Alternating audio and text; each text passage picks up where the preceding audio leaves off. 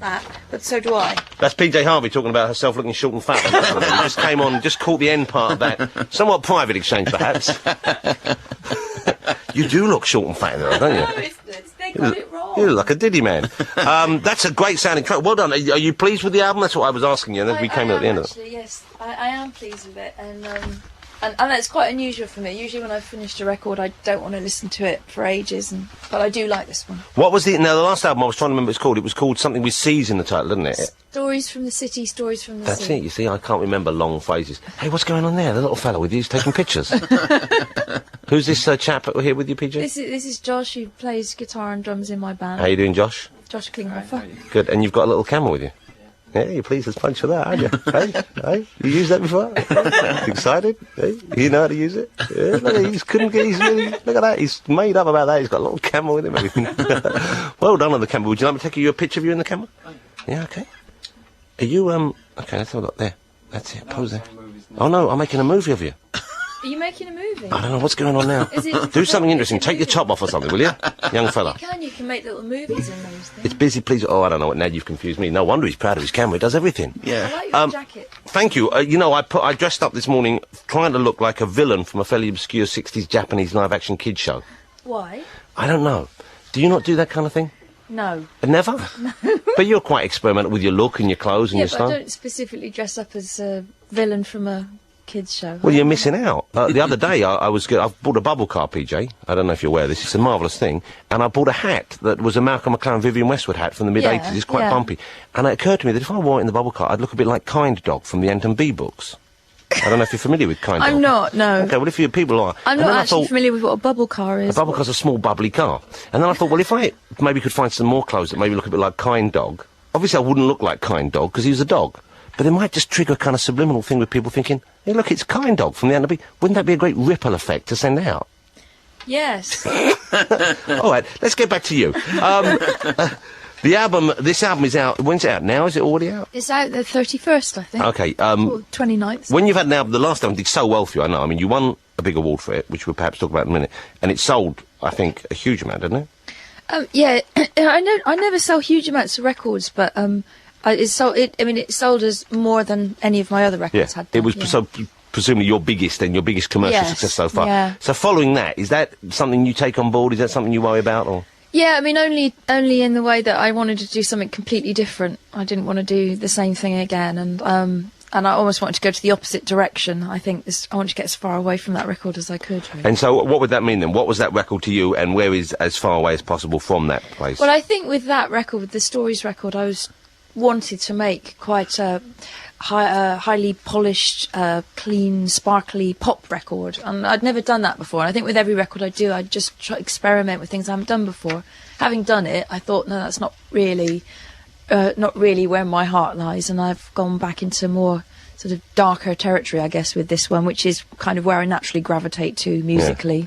And when you say darker territory, you mean what about in terms of the themes you're dealing with, or just the sound and feel of it? I think the sounds more than the themes. I think some of the songs lyrically are not supposed to be really deadly serious and miserable or anything. Some of them are quite fun, but people don't seem to get that because the music is quite heavy going, I think. I like a lot of low, bassy, gritty sounds. It's just naturally what I like. Do people expect, when they're going to meet, before they meet you, I think they think you're going to be nuts, don't they? Yes.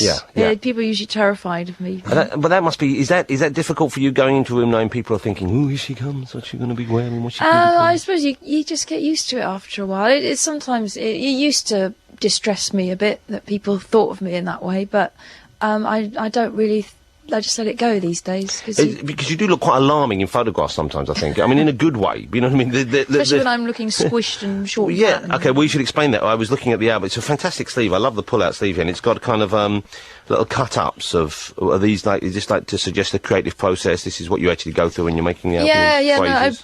I always work with a friend of mine, Maria Mocknash, and she helps me assemble things, really. So this was all tons of notes I had when I was making the album, and she cut out lots of bits that she thought was quite funny and sort of put them together. Yeah, well, you get a feeling of the process. It's very, and I asked PJ whether she was pleased with it. There's a picture of her as a child. How old do you think you were there in that photograph? I was about 11 there. On a horse. And it's clearly you, but the horse I thought the horse looked like it had oddly misshapen legs. Which it does. Now, is that one of the squished photographs? Because it seems like the people responsible. But that horse did actually have quite misshapen legs as well. Oh, dear. Oh, and still she was very old. And still you rode it. What does that say about you? You've got essentially a kind of disabled elderly horse. She had a limp, but I still rode Oh, for goodness sake!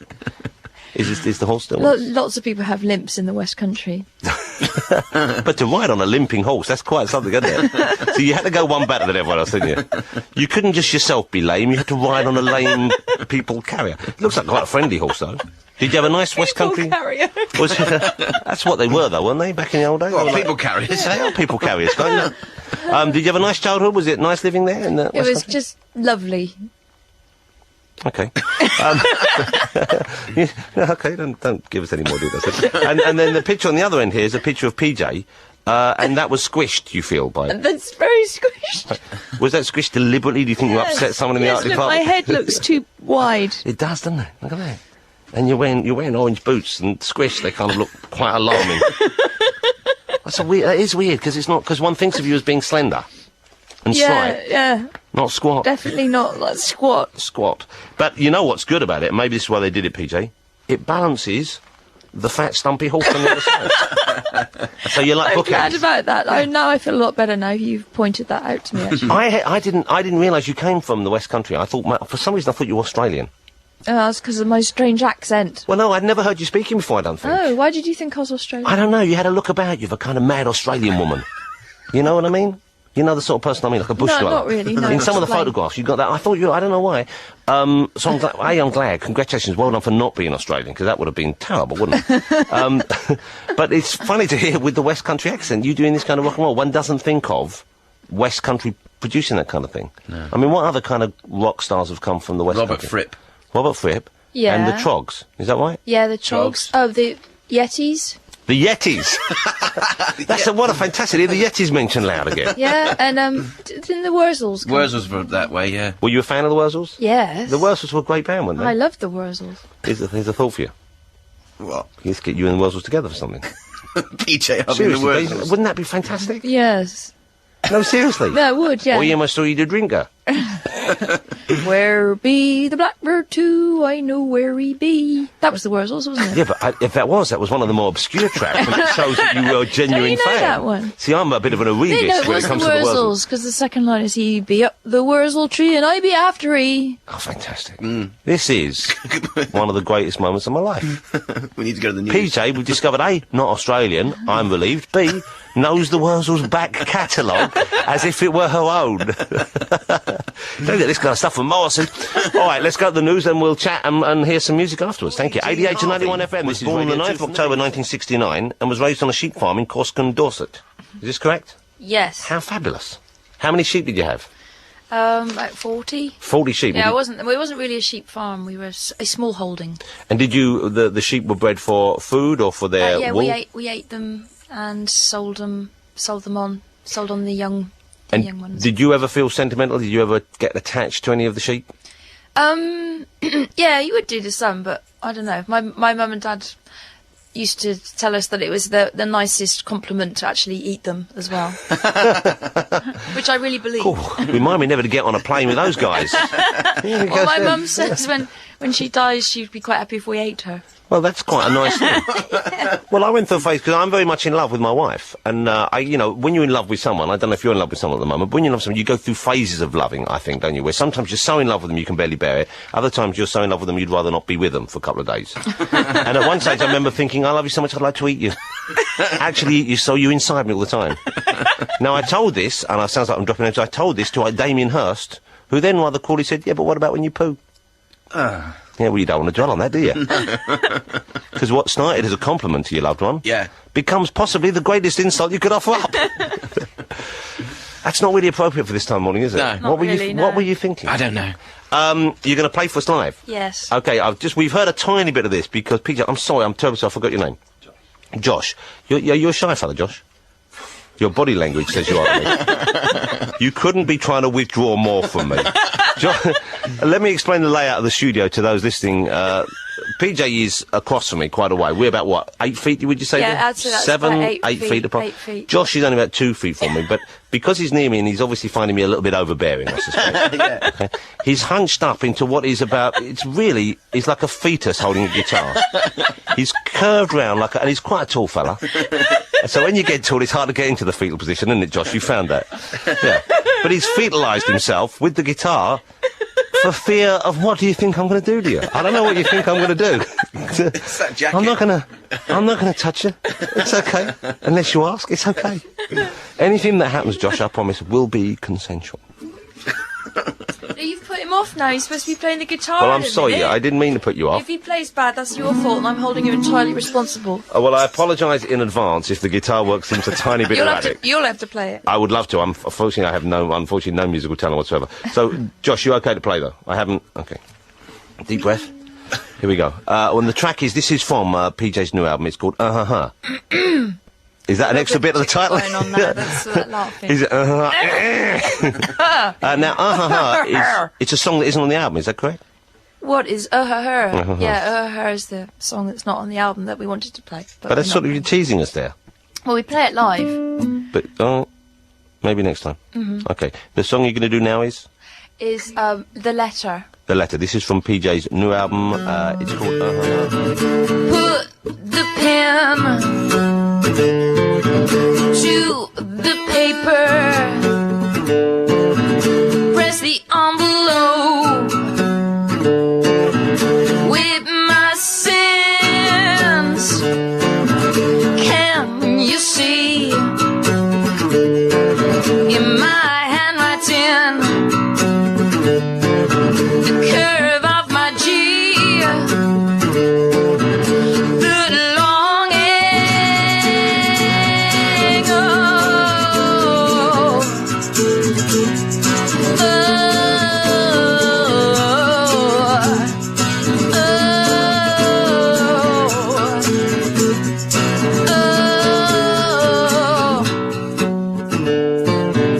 who is left that rides these days? But you and me, we be different. Take the cap off your pen, wet the envelope, leak and leak it.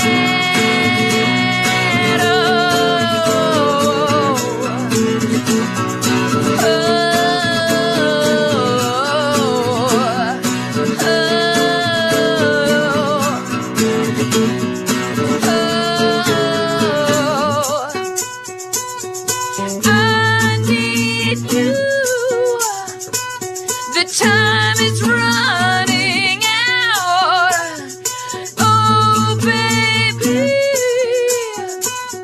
can you hear me call?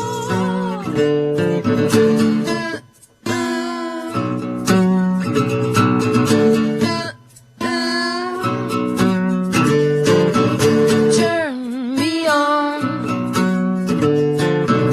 to imagine your blue eyes on my words, your beautiful pen. Take the cap off, give me a sign, and I come running.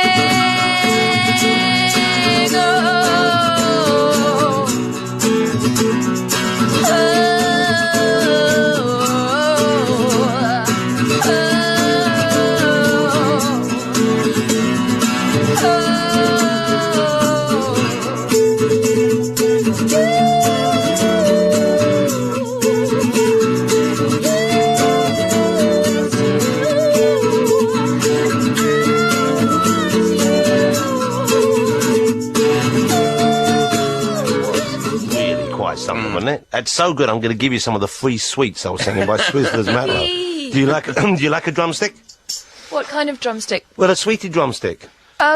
Yes. I'll give you some. Yes. Josh, even you can have some. Well done. You've unfurled now. Look at that. He's pleased. He's done his job now. He can relax. Let it out, youngster. Let it out. That's a strange outfit, though, but well done.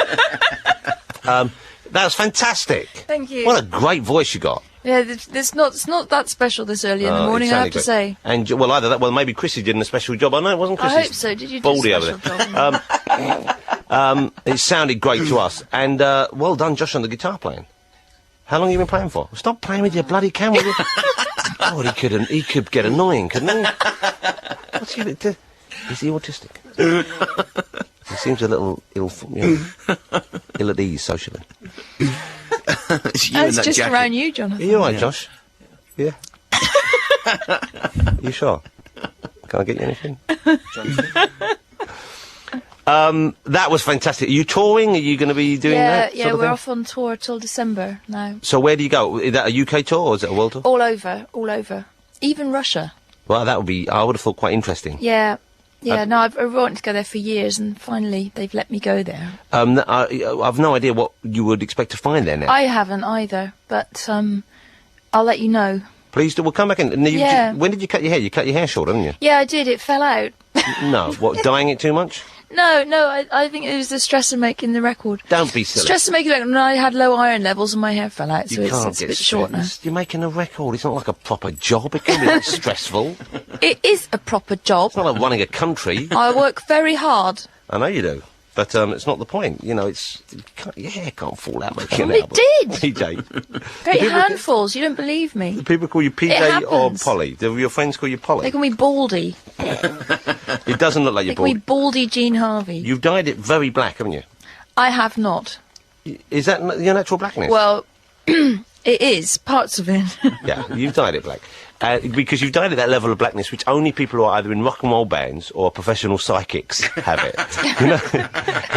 It's a certain level of blackness which is an unreal blackness, and the only people who see it, you've either got to be in a band, which is fine, you're safe, you're good, you're clear, you're okay, or you've got to be living in a caravan pretending you can see the future. Nowhere to go now.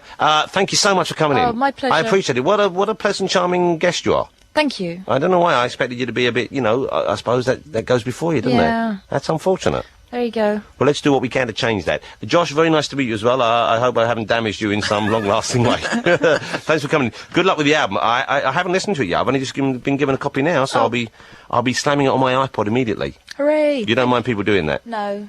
Providing they've bought it first. Go ahead. Okay, great to meet you. Thank you so much for coming in.